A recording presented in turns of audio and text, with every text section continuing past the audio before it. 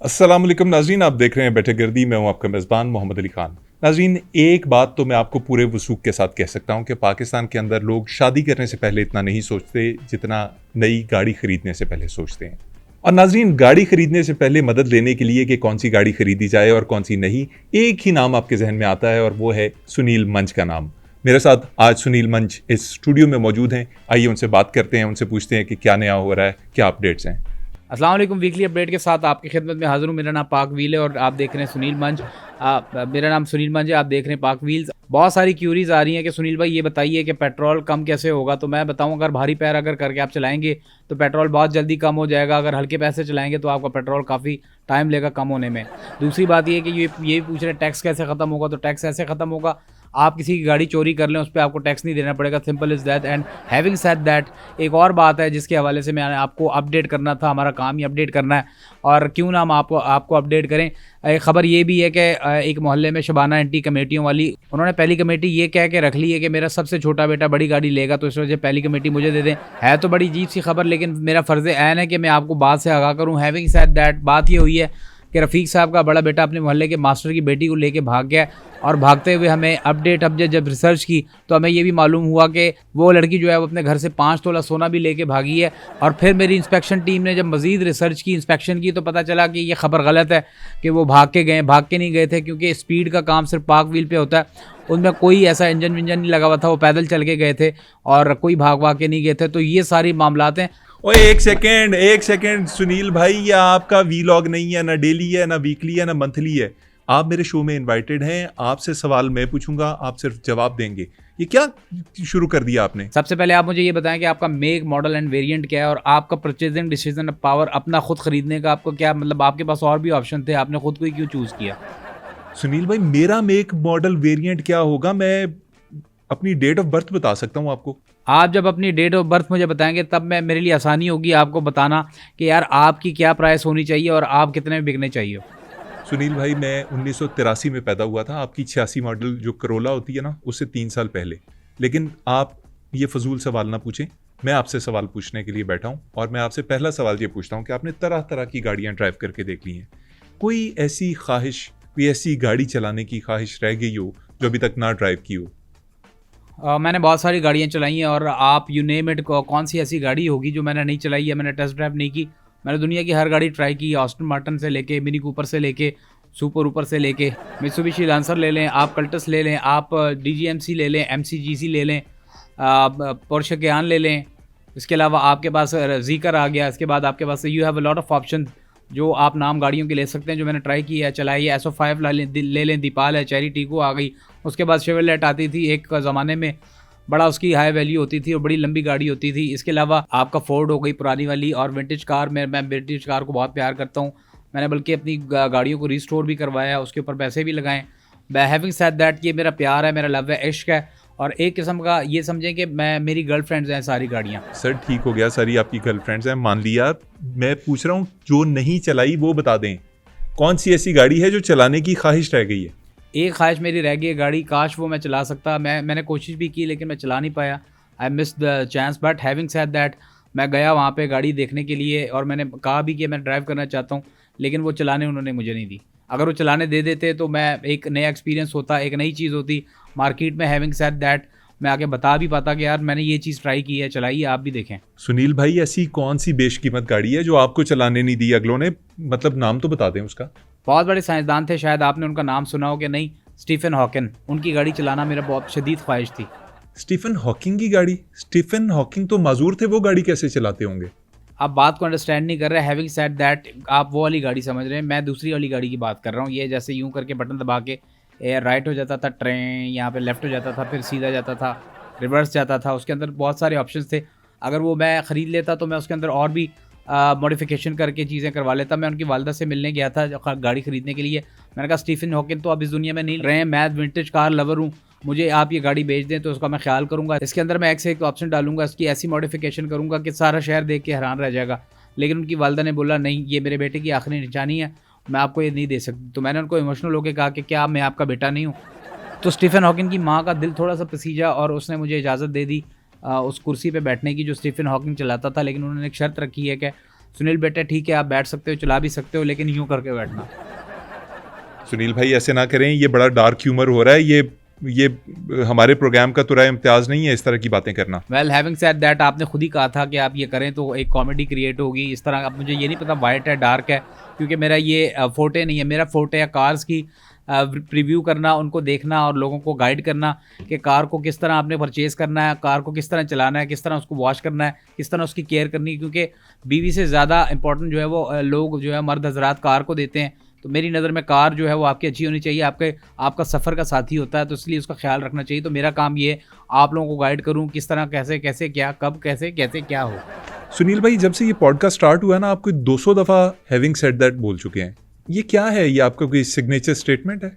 नहीं, इसे एक सिग्नेचर स्टेटमेंट नहीं है। देखें, हर बंदा एक सिग्नेचर रखता है, लेकिन मैं चूँकि ये मेरा वर्ड ये मेरे मुंह से बड़ा ज़बरदस्त निकलता है और लोग बहुत इसको लाइक करते हैं, क्योंकि मैंने पढ़ा जितना है मुझे सबसे ज़्यादा यही याद है, हैविंग सेड दैट। ये बड़ा फिट बैठता है हर वीडियो के ऊपर, हर व्लॉग में या हर रिव्यू में आप देखेंगे। तो इसके 3 वेरिएंट है, 3 वेरिएंट को मैं मुख्तलिफ तरीके से अलग अलग करके बोल सकता हूँ, और वो जब बोलता हूँ तो एक नयापन आता है। कौन से 3 वेरिएंट हैं हैविंग सेड दैट? लाइक जैसे 1 हो गया हैविंग सेड दैट, दूसरा हो गया दैट हैविंग सेड, तीसरा आपका हो गया सेड हैविंग दैट। तो इनको मिला के 3 इसकी वेरिएशंस बनती हैं, तो लोग इसको एंजॉय करते हैं। सुनील भाई, आप मेरे से ज़्यादा पढ़े लिखे हैं, आप ज़्यादा दुनिया देख चुके हैं। ये हैविंग सेड दैट मुस्तामिल क्यों है, क्यों इस्तेमाल किया जाता है, इसका मतलब क्या है? आप जाहिल हैं, आप पढ़े लिखे नहीं हैं। नहीं, मैं पढ़ा लिखा हूँ, लेकिन शायद आप जितना पढ़ा लिखा आपको इसका मीनिंग नहीं पता, इसका मतलब क्या है। चलें, आपको नहीं पता, मैं बता देता हूँ। जैसे मैं आपको पता है कि डेली वीकली मैं वीडियो बनाता हूँ, उसमें मैं सारी चीज़ें गाइड करता हूँ। इसका भी आपको जवाब दे देता हूँ। इसका जवाब ये है कि हैविंग एक आदमी है जिसका नाम हैविंग है, और उसने कुछ कहा, हैविंग सेड दैट, हैविंग ने ये कहा, इसका ये मीनिंग होता है।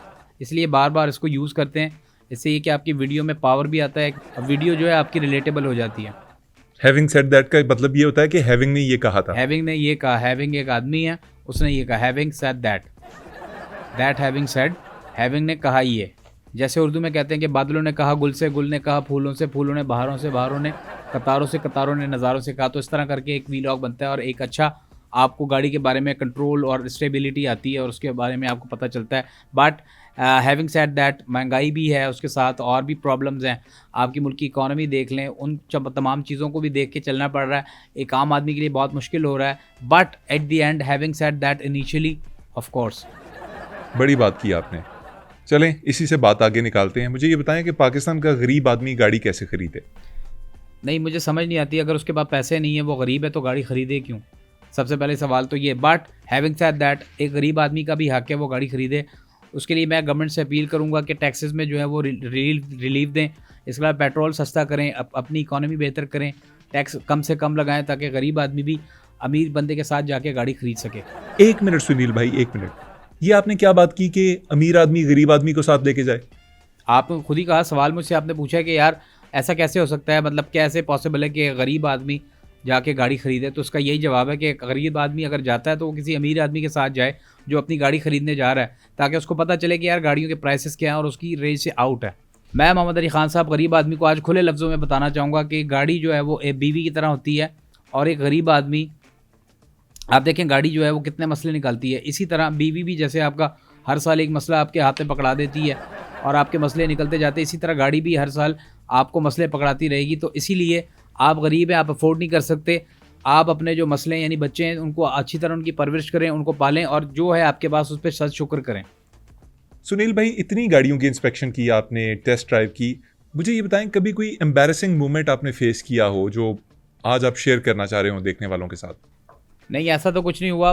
हालांकि देखा जाए तो मैंने बहुत सारे जो है वो इस तरह के रिव्यूज़ किए हैं, बहुत सारी गाड़ियों की लॉन्चिंग में गया हूँ, बहुत सारे इवेंट्स किए हैं, बड़े मेगा किस्म के प्रोजेक्ट जो हैं वो उनके साथ हाथ बटाया उनका कंपनीज़ का। लेकिन मुझे याद पड़ता है कि एक बहुत अच्छे दोस्त हैं मेरे, बड़े प्यारे दोस्त हैं, उन्होंने एक नई गाड़ी लाई थी, वो अभी चाइनीज़ ने लॉन्च की थी रिसेंटली। और आपको पता है गाड़ियाँ आजकल जितनी आ रही हैं और जिस किस्म की गाड़ियाँ आ रही हैं उनके अंदर आपके पास टेक्नोलॉजी, फ्यूल एवरेज, इलेक्ट्रिक, फलाना डिमकाना, कंसीड डोर हैंडल्स, आपको यू नेम इट, पता ही नहीं चलेगा कि आप किस तरह की टेक्नोलॉजी को यूज़ कर रहे हैं। बट हैविंग सेड दैट, आप देखिएगा आने वाले दिनों में जितनी गाड़ियाँ आ रही हैं लोग कार फ्रेंडली हो जाएंगे, और वो दिन दूर नहीं कि आपके पाकिस्तान के अंदर फ़िलहाल तो जो इलेक्ट्रिक कार है वो अभी इतनी यूज़ में नहीं आती, उसकी इतनी डिमांड भी नहीं है। बहुत जल्द एक वक्त आएगा कि आपके पूरे पाकिस्तान में इलेक्ट्रिक कार्स होंगी, क्योंकि मोटरवे पे जो है मशीनें लगना शुरू हो गई हैं, बैटरी पोल्स लगना शुरू हो गए, और इन तमाम तर चीज़ों के बाद आपको एक अच्छी सवारी, सस्ती सवारी मिलेगी। लेकिन बात वही आती है, हैविंग सेड दैट, कि बिजली का जब तक प्रॉब्लम हल नहीं करेंगे आपका मसला जूं का तू रहेगा। सेम एज़ लाइक पेट्रोल की जितनी प्राइसेस जा रही हैं हाइक हो रहा है, इसी तरह बिजली की भी प्राइस हाइक एम्बैरेसिंग हो रही है। मोमेंट पूछा था आपका। हाँ, इंसान की ज़िंदगी में एम्बैरेसमेंट मोमेंट तो होते हैं। मुझे एक एम्बैरेसमेंट मोमेंट याद पड़ता है कि मेरा एक बहुत ही करीबी दोस्त है, उसने मुझे एक कॉल करके बुलाया, कार उसने ली थी, उसने मुझे कॉल किया कि यार सुनील, ऐसी कार आई है कि तुझे यकीन नहीं होगा, उसके अंदर ऐसे ऑप्शंस है वो तूने कभी ज़िंदगी में देखी नहीं होगी। मेरे भी कान खड़े हो गए। मैंने कहा ठीक है यार, मेरे लिए एक नया एडवेंचर, नया एक्सपीरियंस होगा। मैं जनाब उनके घर पहुँच गया हूँ। जब उनके घर पहुँचा हूँ, मैंने देखा गाड़ी बहुत ज़बरदस्त थी। मैंने उसके ऊपर हाथ फेरा, गाड़ी के ऊपर उसके ऑप्शन चेक किए। मैंने यूँ डोर को नॉक भी किया है, बड़ी ठोस आवाज़ आ रही थी। तो मैं खुद हैरान था कि यार चाइनीज़ ब्रांड इतनी सॉलिड जो है वो गाड़ियाँ बनाने लग गए हैं। और इसके डोर हैंडल बड़े कंसील्ड थे और मैं बार बार चेक कर रहा था। बड़ी मुलायम और नरम, अच्छी उसकी फ़ील आ रही थी। मैं बड़ा एक्साइटेड हो गया और मेरा दिल चाहा कि फ़ौरन बैठ के इसको अंदर से भी, इंटीरियर के भी को भी एक्सप्लोर करें, उसकी टेक्निकलिटीज़ को भी एक्सप्लोर करें, ऑप्शंस जितने उसने दिए हुए। मैंने बहरहाल उसके मालिक को बोला यार चला यार ताहिर अंदर बैठते हैं। तो उसने कहा अंदर कहाँ बैठेंगे, ये दीवार है, गाड़ी तो उधर खड़ी हुई है, आप दीवार को घंटे से यूँ हाथ फेरी जा रहे हैं। तो वो एक सा एम्बैरेसमेंट मोमेंट था मेरे लिए। बाकी इस तरह के वाक़यात होते रहते हैं, कोई बात नहीं, जब आप फ़्लो में चीज़ करते हैं तो गलती हो जाती है। और वैसे भी इंसान गलती का पुतला है। मतलब वाकई मेरी नज़र में देखा जाए तो कोई बात इंसान की हतमी नहीं होती, कोई ना कोई फ्लॉज़ रह जाते हैं, कोई ना कोई ऐसी चीज़, लूप होल रह जाता है। ये जो एम्बैरेसिंग मोमेंट था आपका, ये वाकई एम्बैरेसिंग था कि आप एक दीवार के सामने उसे गाड़ी समझ के खड़े हैं। और खैर छोड़ें, मुझे ये बताएं कि आप गाड़ियों की डिग्गियों के अंदर बहुत घुसते हैं, ये क्या चक्कर है? देखिए, हैविंग सेड दैट, सबसे इंपॉर्टेंट बात ये है कि जब आप गाड़ी खरीदते हैं तो आपका परचेजिंग डिसीजन पावर जो है वो आपको, ये आप गाड़ी पे पैसा खर्च कर रहे हैं, आप मोटा पैसा लगा रहे हैं उस पर। लाइक आपने अगर 10 मिलियन की गाड़ी अगर ली हुई है तो आप ऑप्शन भी चाहते हैं, आप उसकी अगर सारी चीज़ें देख रहे हैं वो कुशादा होनी चाहिए, स्पेशियस होनी चाहिए, एम्पल स्पेस होना चाहिए, हेडरूम अच्छा होना चाहिए, आपको ऐसा लगे कि आप लग्जरी किसी घर में बैठे हैं या अपने रूम में बैठे हैं, सोफ़ा पे बैठे हुए, इस तरह का फील आना चाहिए। क्योंकि पैसे आप ले रहे हैं फ्री में, तो अल्लाह वास्ते आप नहीं ले रहे चीज़। तो इसी तरह डिग्गी जो है वो गाड़ी का अहम पार्ट है। And personally I really like डिग्गी वाली गाड़ी। मुझे डिग्गी वाली गाड़ियाँ बहुत पसंद है, क्योंकि इसीलिए मेरा सिग्नेचर भी है कि मैं उसके बैठ के डिग्गी के अंदर वो चेक करता हूँ कितना एम्पल स्पेस आता है उसके अंदर। क्योंकि ये इसलिए ज़रूरी है, आप लॉन्ग जर्नी पे जाते हैं, ट्रैवल पे जाते हैं, अपनी फैमिली के साथ जाते हैं, तो आपके पास एक अच्छा स्पेस होना चाहिए जिसके अंदर आप सारा सामान रख के बआसानी ट्रैवल कर सकें। आप इसलिए सबसे पहले गाड़ी की डिग्गी में घुसते हैं? इनफैक्ट मैं तो इतना डिग्गी लवर हूँ कि मैं तो किसी के घर जाता हूँ रिव्यू करने, या किसी गाड़ी का रिव्यू करने जाता हूँ तो उसकी डिग्गी में मैं रहता हूँ 3-3 दिन तक, हफ्ता मैं रह जाता हूँ। और लोग खाना भी वहीं मुझे दे देते हैं, उनको पता है कि यार डिग्गी में अब चला गया, ये 3-4 दिन बाद ही निकलेगा या हफ्ते बाद निकलेगा। Having said that having said having that said having. भाई ऐसे क्या देख रहे हैं, आपका इंजन तो नहीं सीज हो गया कहीं? सुनील भाई, ये मानते हैं कि times are changing? Yes definitely, time जिस तरह तेज़ी से चेंज हो रहा है, मेरे ख्याल से इंसान को जो है वो उस चीज़ के हवाले से तैयार रहना चाहिए कि आगे क्या मामलात आने वाले हैं। तो अगर वो अपने आप को तैयार रखेगा तो बेहतर डिसीजन कर सकता है। सुनील भाई, आपसे हाँ ना में सवाल पूछा देखिए, था। हाँ ना मुझसे होती नहीं। मैं जब बात करता हूँ, मैं क्लियर आपको बात बताऊँ कि मैं चीज़ों की डिटेल में जाता हूँ और मेरा काम ही है। अगर मैंने सरसरी बात की तो लोग यही बोलेंगे यार इसने प्रॉपर हमें गाइड नहीं किया। तो इस वजह से मुझे, हाँ, हैविंग सेड दैट, मुझे बात लंबी करनी पड़ती है, वो थोड़ी लंबी हो जाती है, लेकिन उसके अंदर मालूमात होती हैं, वो अगर नहीं मिलेंगी तो फिर फ़ायदा नहीं है। चलें, ये मालूमात हमें फराहम कर दें कि गाड़ी खरीदने का सबसे अच्छा वक्त कौन सा है? गाड़ी खरीदने का सबसे अच्छा बेस्ट जो डिसीजन, जो टाइम होता है, वो तब है जब आपके अकाउंट में या जेब में पैसे हों।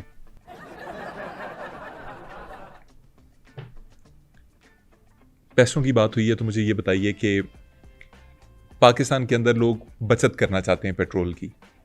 ऐसी गाड़ी का नाम बताइए कि जो पेट्रोल की बचत करने में हमें सबसे ज़्यादा हेल्पफुल हो सकती है, फ्यूल इकोनॉमी जिसकी बेहतरीन हो, जो एफिशिएंट हो गाड़ी।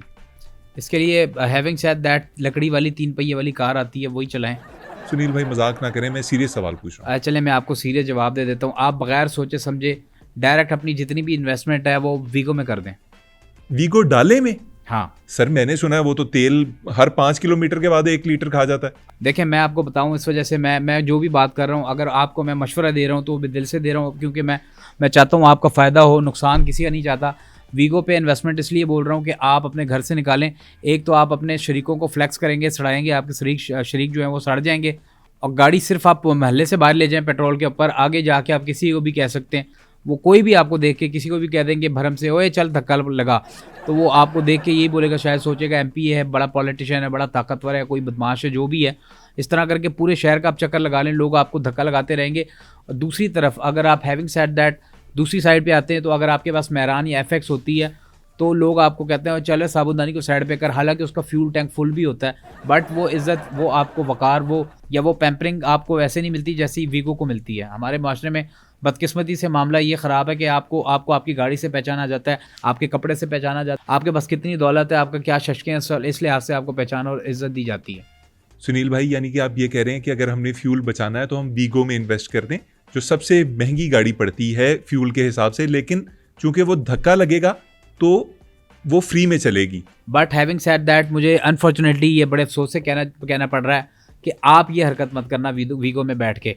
अगर आप बैठ भी गए, चलें ठीक है, तो काले शीशे जो टिंटेड ब्लैक शीशे होते हैं वो चढ़ा के आपने गाड़ी चढ़ानी है, क्योंकि वीगो चलाते हुए आपको किसी ने देख लिया, आपका मुंह देख के लगता है कि आप गरीब हैं, आप वीगो चला ही नहीं सकते, या फिर लोग ये समझेंगे आप किसी और की लेके आप चला रहे हैं, तो आप पे यकीन नहीं करेगा। आपकी पर्सनैलिटी ऐसी है। आपका कार्बोरेटर इनटेक खुला हुआ है, उसको बंद करें।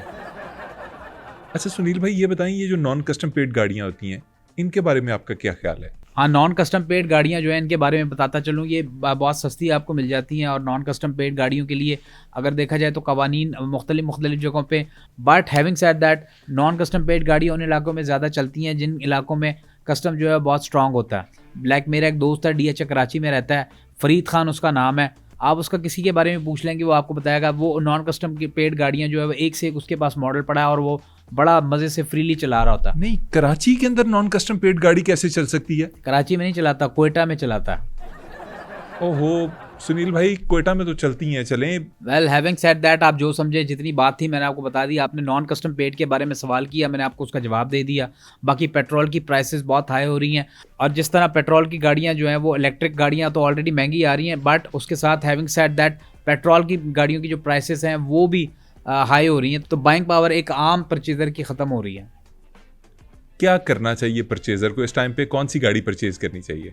हैविंग सेड दैट, बहुत अच्छा क्वेश्चन है। मैं सिर्फ यही कहूँगा कि जितने देखने वाले मेरे ये वीकली अपडेट देख रहे हैं बैठक गर्दी पे, उनको यही मैं कहूँगा कि यार आप परचेजिंग डिसीजन अपना जो है वो अभी फ़िलहाल तर्क कर दें। मार्केट वैल्यू ऐसी नहीं है, आप बाय करें, बाय की तरफ जाएँ, बाइंग करें, उसमें आपको प्रॉफिट ही प्रॉफिट होगा।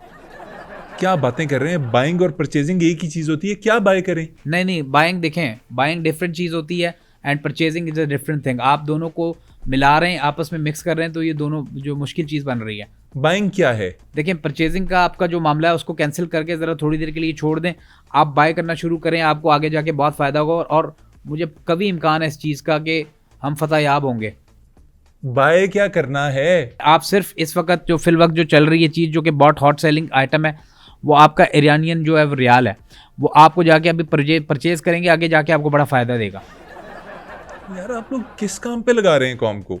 सारी कौम ईरानियन रियाल बाय कर रही है, तो मैंने भी कर लिया, सारे एक ही तरफ लगे हुए हैं, मैं भी लग गया। और अगर लेट सपोज ये लॉटरी का है, लग गया तो लग गया, नहीं लगा तो कोई बात नहीं। ये इस रैट रेस का हिस्सा लेने से सबसे ज़्यादा अमीर कौन होगा? इसमें सबसे ज़्यादा अमीर जो होंगे, जो यानी कि जिनके पास अरबों खरबों रुपया आ जाएगा, वो आपके ईरानियंस हैं, वो बहुत ज़्यादा अमीर होंगे। और मैं तो इतना इस हवाले से ये इसको परचेज़ कर रहा हूँ, मैं जितना मेरे पास फ़ंड आए मैं इकट्ठा कर रहा हूँ। मैंने गाड़ी, मेरे गैराज में घर के जितनी भी गाड़ियाँ खड़ी हैं दूसरों की, मेरे दोस्तों यारों की, जिसकी भी गाड़ियाँ, मैं उनके पार्ट्स निकाल के बेच के उसके बदले मैं ईरानियन रियाल जो है वो ख़रीद रहा हूँ। और मुझे पक्का यकीन है कि ये पाकिस्तानी 1 रुपये के बराबर हो जाएगा या 1.5-2 रुपये पे जाएगा। लेट सपोज मेरे पास अगर 1 अरब ईरानियन जो है वो करेंसी पड़ी हुई है, 1 अरब, तो वो अगर 1 रुपया होती है तो पाकिस्तानी 1 अरब रुपया होता है। और जितने में मैंने बाइंग की थी उससे मुझे ट्रिपल चौपल पता नहीं कितने हज़ार गुना जो है बढ़ के मिलेगा। चले, मान लिया आपके ख्वाबों के इस दरख्त के ऊपर फल लगना शुरू हो गए, इतने पैसों का करेंगे क्या? वेल अच्छा सवाल है। मैंने सारी चीज़ों का मैंने रिव्यू कर लिया, मैंने गाड़ियाँ रख ली, मैंने एक से एक चीज़ें कर ली, मैंने JVX रख लिया, सारी चीज़ें मैंने ट्राई कर ली। अब मेरा ख्वाब है कि टाइटैनिक से भी बड़ा एक जहाज़ ख़रीदूँ। चलाएंगे किधर? नहीं, चलाना नहीं है, उसके ऊपर तरपाल डाल के उसको रख देना अपने गैराज में, और अगले साल जब मायरा खान आएगी तो मैं उसको बोलूँगा तरपाल उठाओ, देखो इसके पीछे मैंने क्या रखा है।